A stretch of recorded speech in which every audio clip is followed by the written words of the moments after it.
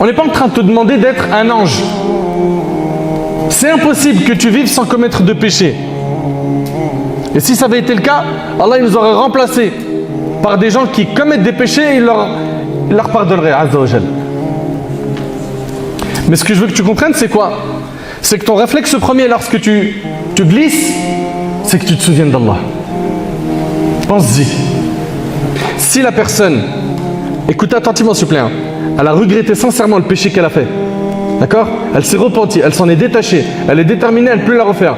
Le temps passe, une faiblesse la touche, puis elle retombe dans le même péché, et qu'elle se repent de la même manière que la première fois, tant que le regret est sincère et que le repentir est sincère, peu importe le nombre de fois que tu as tombé dans le même péché, Allah te pardonnera.